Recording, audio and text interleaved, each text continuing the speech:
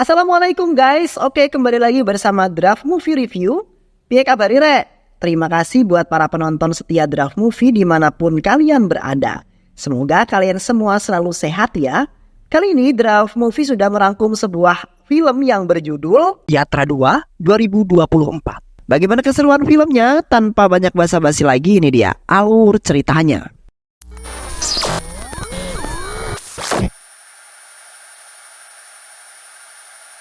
Film kita akan diperlihatkan dengan begitu gemanya suara para pendukung YS Rajaseka Reddy, seorang CM atau bisa disebut kalau di Indonesia presiden gitu ya.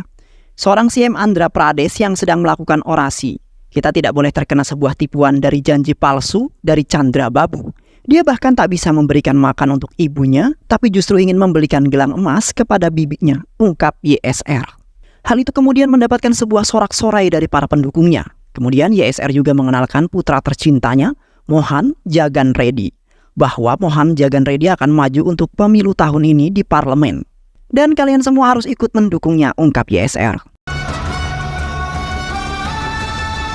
3 MLA dari partai penguasa waktu itu kemudian sedang menunggu untuk menghadap YSR, di mana mereka ingin memberikan sebuah daftar untuk dijadikan anggota di kabinet yang akan mendatang, yang akan dipimpin kembali oleh YSR ke depannya. Karena akan adanya pemilu pada tahun 2014 ini. Namun mereka diminta untuk menyingkir karena ada seorang MLA dari daerah yang ingin menghadap pula dan kondisinya sangat urgent. MLA ini dari partai oposisi yang mana mengatakan bahwa ada seorang kolektor yang menerbitkan sebuah surat penangkapan karena adanya kekacauan. Namun YSR berpikir berbeda dan meminta kolektor untuk tidak melanjutkan apa yang jadi masalah ini. Walau yang mengadu itu adalah dari partai oposisi, namun YSR tetap welcome dan berlapang dada. Di sisi lain, berbagai calon DPR yang akan duduk di sebuah parlemen sedang menunggu seorang pimpinan Partai Kemajuan. Namun Nyonya yang justru memiliki jadwal untuk minum kopi pada saat ini, walau didesak oleh asistennya. Nyonya mengatakan bahwa mereka diminta untuk menunggu karena dirinya saat ini sedang jadwal minum kopi. Anjay banget ya jadi penguasa itu. Para calon DPR dari Partai Kemajuan itu kemudian menyambut Nyonya Mbak Tuhan pada saat itu dan mengenalkan diri mereka seperti mereka semua ingin dikenal oleh Sang Nyonya. Karena emang Sang Nyonya ini pengaruhnya sangat besar karena dialah pemimpin partai yang berkuasa, yaitu Partai Kemajuan. Di sisi lain, YSR di kantornya justru membuat sebuah sambutan untuk para pendukungnya, bahkan tak memandang dari sisi mana mereka datang. YSR tetap menyambut mereka. Di sisi lain, satu keluarga yang buta mata beserta anak dan istrinya pada saat ini ingin bertemu YSR. Awalnya mereka ditahan oleh penjaga, namun saat mereka menunjukkan foto dengan YSR, akhirnya mereka diperbolehkan untuk masuk. Ketika sudah masuk karena sangat ramai, namun sang istri bapak buta ini kemudian memanggil. Awalnya tak menoleh, namun akhirnya YSR kemudian meminta mereka untuk masuk ke kantor YSR. YSR kemudian mendengarkan keluhan mereka, di mana mereka mengeluhkan bahwa anaknya yang tuli tak akan bisa mendengar tanpa operasi dan alat bantu pendengaran. YSR yang memahami hal tersebut meminta bendaharanya untuk mengatur bantuan, namun sang bendahara justru menolak hal itu karena uang yang bisa dikeluarkan itu bisa untuk membantu banyak orang yang lebih banyak, sedangkan ini hanya untuk membantu satu orang. Karena merasa uangnya terlalu besar untuk operasi itu dan membeli alat bantu dengar. Namun tangan anak itu kemudian diminta untuk disentuhkan ke sang bendahara oleh YSR, hingga akhirnya luluhlah hati bendahara tersebut. Operasi kemudian dilakukan, akhirnya berhasil operasi tersebut, yang kemudian membuat keluarga si buta ini sangat bahagia. YSR yang menjenguk mereka merasa dianggap malaikat penyelamat oleh sang keluarga buta ini. Sang YSR yang begitu peduli. Bahkan pada saat itu juga YSR kemudian memerintahkan untuk menganggarkan dana untuk operasi-operasi yang sedemikian untuk orang-orang yang benar-benar membutuhkan. Sesampainya di rumah, YSR kemudian pergi ke kamar untuk istirahat karena esok dirinya harus pergi ke desa-desa untuk melakukan yatra. Atau kita anggap saja yatra ini kayak sebuah orasi ke rakyat kecil atau bisa disebut juga dengan belusukan. Namun sang istri mengingatkan bahwa cuaca yang sangat ekstrim meminta YSR untuk tidak memaksakan diri. Namun pada saat itu, YSR mengatakan bahwa amanahnya yang begitu berat yang dipikul dirinya, bahwa masyarakat mempercayainya untuk dirinya tetap tegak memperjuangkan hak rakyat. Malam itu di saat sebelum subuh, YSR sudah bangun dan menghampiri anaknya Jagan, mengatakan, "Kenapa engkau belum tidur?" Jagan menjawab, "Aku tidak bisa tidur." Dan, "Kenapa engkau sudah terbangun? Padahal ini masih belum jam 4 pagi." "Karena saya sudah cukup untuk tidur," ungkap YSR. "Namun apakah ada yang ingin kau sampaikan, ayah?"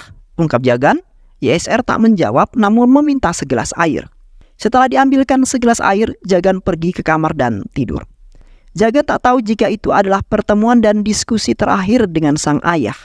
Keesokan harinya, YSR yang akan melaksanakan yatra.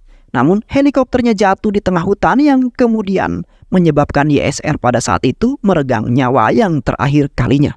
Para pengikut partai dan juga pendukung YSR pada saat itu merasa linglung karena pemimpin terbaik mereka tewas di saat akan diadakannya pemilu pada tahun itu. Kesedihan menyelimuti keluarga dan para pendukungnya di mana-mana. Bahkan para pendukung yang syok pun ada yang hingga tewas dengan tewasnya YSR. Pemakaman pun dilaksanakan dengan sangat hikmat. Bahkan Nyonya, sang petinggi partai, menghadiri pemakaman YSR.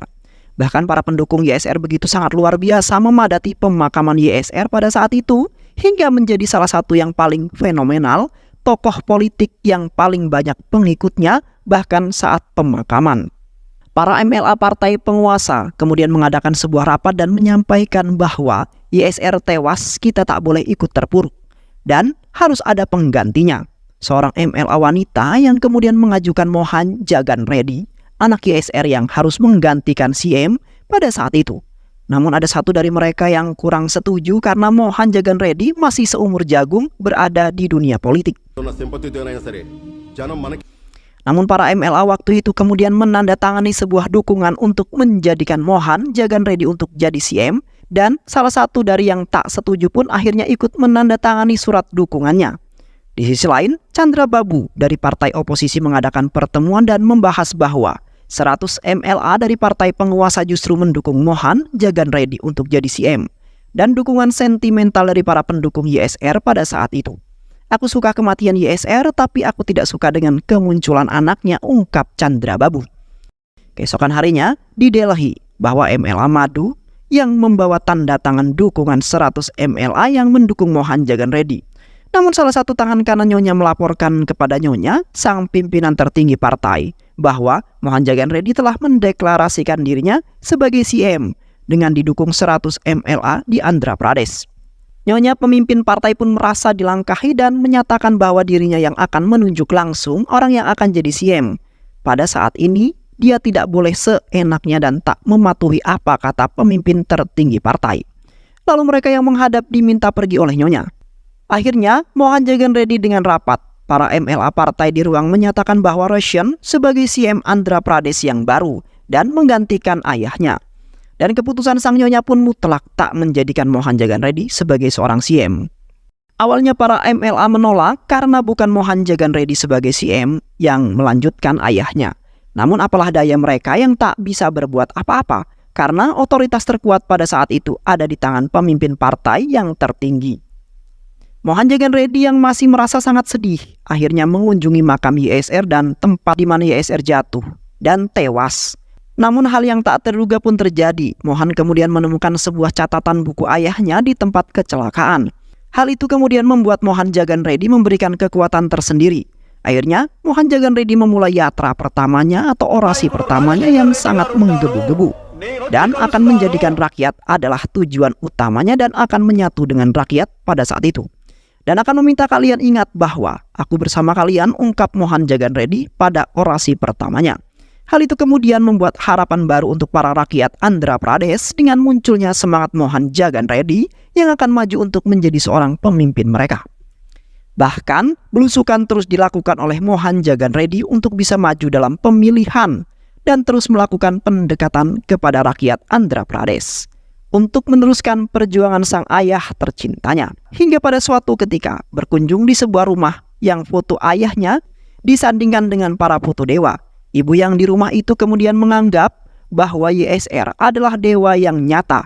Bahkan ketika semua pergi meninggalkan aku dan keluargaku, ketika aku meminta bantuan untuk putriku yang tuli namun cuma YSR lah yang kemudian hadir dalam hidup kami dan membantu keluarga kami, ungkap sang emak-emak kampung pada saat itu. MLA Andhra Pradesh mulai resah dan pada saat itu seorang sekretarisnya Nyonya justru mengkompori Nyonya bahwa Jagan melakukan orasi tanpa izin dengan Nyonya.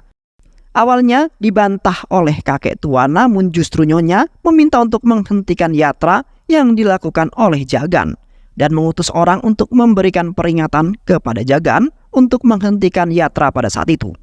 Namun Jagan Reddy yang di-stop justru mengatakan bahwa aku melakukannya untuk ayahku. Dirinya tidak akan menghentikan yatra apapun konsekuensinya. Nyonya yang memegang komando tertinggi pun mendengar hal tersebut kemudian mengatakan bahwa bila Jagan tak mau mengantri dan langsung asal jalan saja, maka dia akan menerima konsekuensinya yang sangat berat dari partai, ungkap Nyonya. Penolakan Nyonya kepada yatra yang dilakukan Jagan pun terdengar dengan baik oleh Jagan. Namun Jagan juga kekeh untuk tetap melakukan apa yang sudah dia janjikan pada rakyat dan tak akan menarik perkataannya lagi. Keesokan harinya, Jagan dan ibunya menghadap Nyonya untuk menyampaikan apa yang sebenarnya dia lakukan, bukan untuk berpolitik, tapi untuk menghibur rakyat akan kematian sang ayahnya.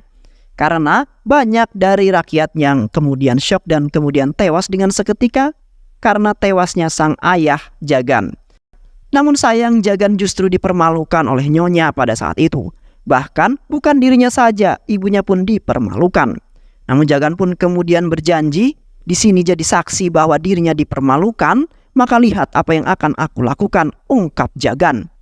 Jagan yang kemudian diperingatkan oleh ibunya juga pun masih tetap kekeh bahwa dirinya harus tetap memegang apa yang telah dia ucapkan dan tak akan mundur. Akhirnya yatra tetap dilakukan walau tanpa restu Nyonya sang pemimpin partai tertinggi. Jagan terus menyapa rakyat dengan sangat apresiasi mendengarkan keluhan rakyat-rakyat kecil. Bahkan dirinya pun menjadi salah satu orang yang kuat untuk didukung rakyat. Suatu malam saat pulang dari yatra, Jagan mendapati bapak-bapak buta yang sedang ada di bundaran, memegang foto ayah tercintanya. Ketika dihampiri Jagan, kenapa dirinya ada di sini sedangkan kondisi sudah malam? Pria buta mengatakan bahwa apa bedanya malam dan siang, Nana? Karena siang dan malam sama saja, sedangkan diriku adalah pria buta, ungkap pria buta tersebut. Bahwa dirinya di sini menunggu anak YSR Mohan Jagan Babu dan ingin menyampaikan bahwa ada orang seperti saya yang selalu tegak di belakangnya untuk mendukungnya, ungkap pria buta tersebut. Akhirnya Jagan mengungkapkan bahwa dirinya adalah Jagan, putra dari YSR. Pria buta itu kemudian mengatakan, Nana, apakah engkau mau menjadi pemimpin kami dan siap menggantikan YSR dan kami siap mendukungmu, Nana, ungkap pria buta tersebut. Penolakan terhadap yatra yang dilakukan Jagan terus digemakan oleh partai untuk agar Jagan harus menghentikan kegiatan yatra.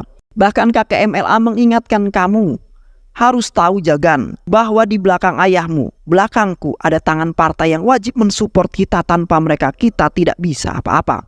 Jagan yang merasa dirinya tidak bisa apa-apa tanpa partai yang mendukungnya, pagi itu Jagan berjalan keliling desa dan dengan mengumpulkan semua warga desa dan mengatakan ungkapan Jagan yang sangat luar biasa bahwa perang politik, perang partai ternyata mereka gemakan untukku, dan mereka mengatakan tanpa partai mereka aku tak bisa apa-apa dan harus ikuti otoritas partai di Delhi, ungkap Jagan.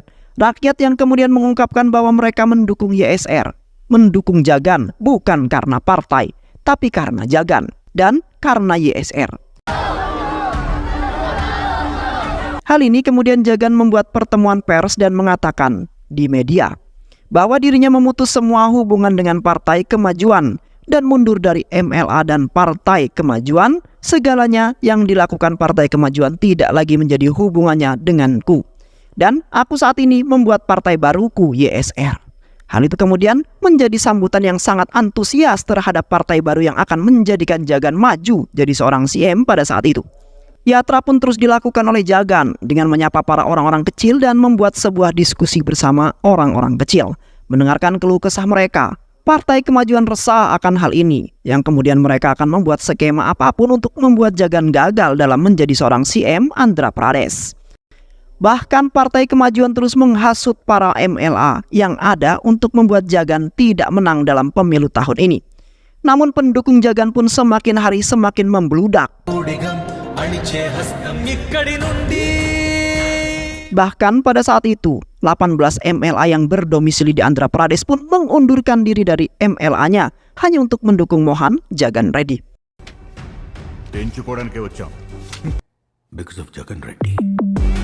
Partai oposisi Chandrababu pun merasa resah akan hal tersebut, hingga Mohan Jagan Reddy kemudian dituduh melakukan sebuah korupsi sebanyak 1 lakhs crore rupiah.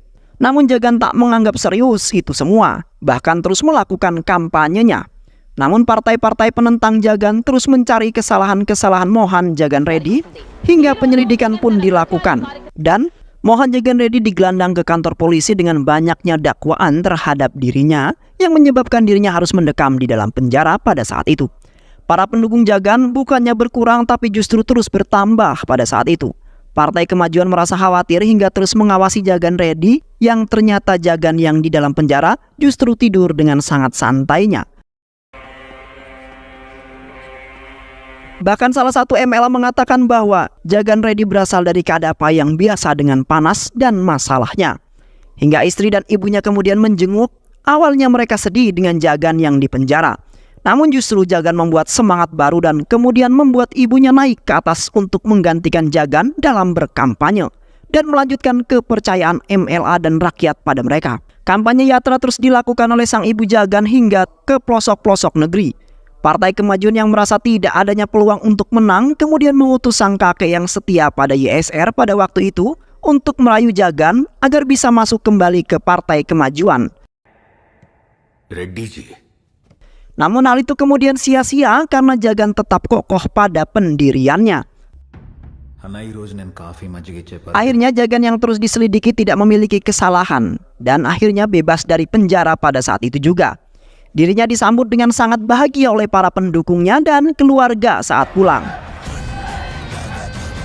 Masa kampanye pun sudah masuk dan dari 3 partai, Partai Jagan, Partai Kemajuan dan Partai Chandrababu akan bersaing untuk memperebutkan kursi CM pada saat itu. Namun justru Chandrababu memainkan trik yang sangat luar biasa di mana Chandrababu membuat sebuah program penghapusan pinjaman para petani. Bahkan petani tidak akan lagi memiliki tanggungan pinjaman. Justru Chandrababu akan menanggung semuanya. Hal ini sangat menarik para masyarakat dan Mohan Jagan Reddy yang mendengar hal itu. Kemudian diminta penasehatnya untuk meluncurkan program yang sama agar dirinya bisa bersaing dan menang dalam pemilu tahun ini. Namun Jagan justru tidak membuat hal itu dan dirinya tetap dengan sikap yang ketegasannya. Dengan janji yang tidak muluk-muluk ke masyarakat. Namun dia berjanji akan mengemban amanah rakyat dengan sangat. Bahkan dirinya tidak akan membuat janji palsu, ungkap Jagan. Pengumuman pemilu pun diumumkan bahwa Partai Naidu milik Chandrababu memenangkan dan memimpin dengan selisih suara 1% saja. Partai Kemajuan tidak sedih karena yang penting bukan Jagan Reddy yang menang.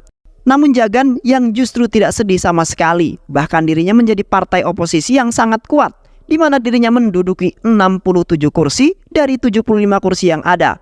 Sehingga dirinya menjadi presiden oposisi yang kuat, di mana dirinya menduduki 67 kursi dari 75 kursi yang ada, sehingga dirinya menjadi presiden oposisi yang kuat.